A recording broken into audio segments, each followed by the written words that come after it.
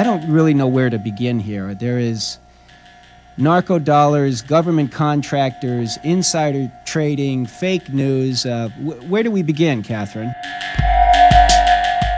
What is happening? Something is going on. Can you feel the way?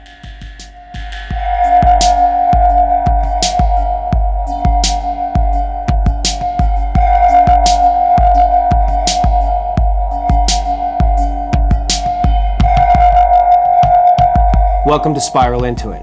I'm Fisk Smith. This is the second part of a two-part interview with Catherine Austin Fitts.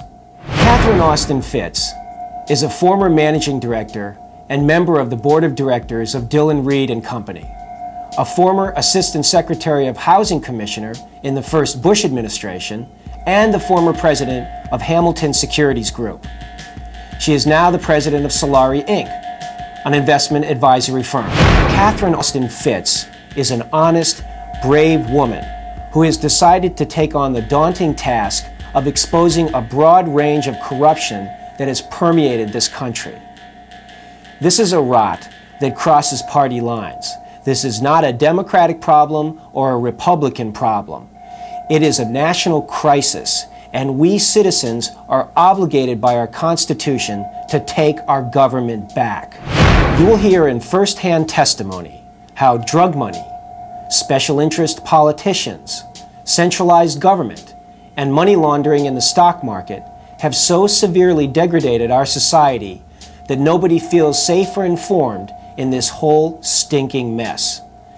Catherine Austin Fitts is trying to change things. Listen now to this poignant lady of hope.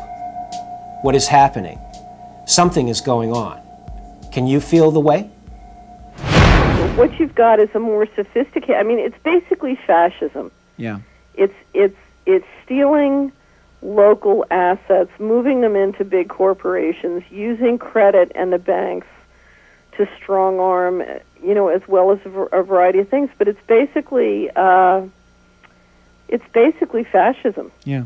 Well, tell our listeners a little bit about what you've discovered about drugs, money laundering, and insider trading.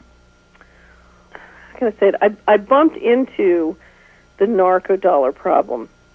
My theory, after I left the administration as Assistant Secretary of Housing, the Bush administration asked me if I would come back in and be a governor of the Federal Reserve System, but I had already started Hamilton. I'd wanted to start a private investment bank financial software company that would help communities figure out how they could finance small business and do local privatization, but community-owned with equity in the stock market. So I started this private company, and one of the things that happened is we got hired back in at HUD as a financial advisor, and HUD had a $12 billion portfolio of defaulted mortgages, and we helped them put together a very successful loan sale program that saved the federal government $2.2 billion, but was also much better for communities and homeowners than the existent resolution process.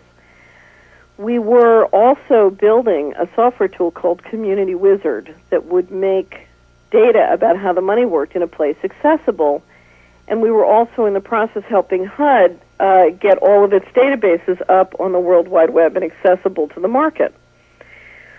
Well, I describe in much more detail in some of my articles the myth of the rule of law and the Edgewood stories and narco dollars for dummies.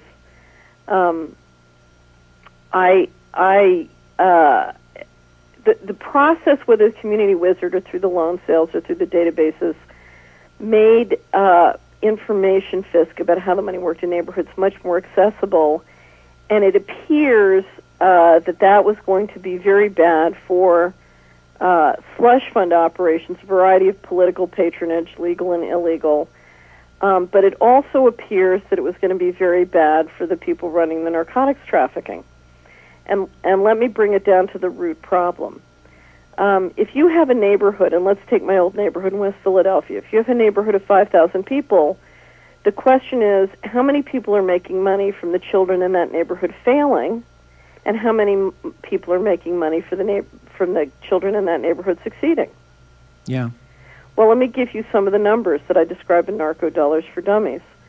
If you have two black 14-year-old teenagers on the stoop at 54th and Sansom Street selling $300 of drugs a day, and I cut a deal with those kids to for 50, I'll supply them and give them air cover, and then I get 50% of their revenues. Let's say I take my profits and I run it through a local Taco Bell restaurant. Mm-hmm. How much money can I make in the stock market from those two kids?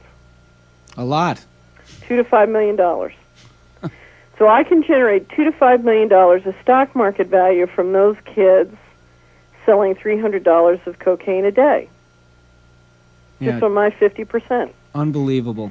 So the problem you've got, and the Solari challenge, is what can I do to help those kids get a decent education and be successful people sufficient to create more than $2 to $5 million in the stock market? Because right now, America makes money from those kids failing. Yeah. It's very interesting. When Congressman Hillary was speaking in the town meeting, he was talking about the importance of education, and I asked him a question. I said, it's very hard for our kids to get a decent education when they're overwhelmed not only with narcotics trafficking, but the war on drugs, the war on drugs is much more time-consuming for them than drugs. And so he said something that indicated he believed we had to teach our children to say no. And I said, Congressman Hillary, there's a picture up on the Internet of Richard Grasso, the chairman of the New York Stock Exchange, visiting with a FAR commander, hugging him to encourage him to circulate his cocaine profits back into the New York Stock Exchange. And I said, how are we going to persuade our kids to say no if we can't get our adults to say no?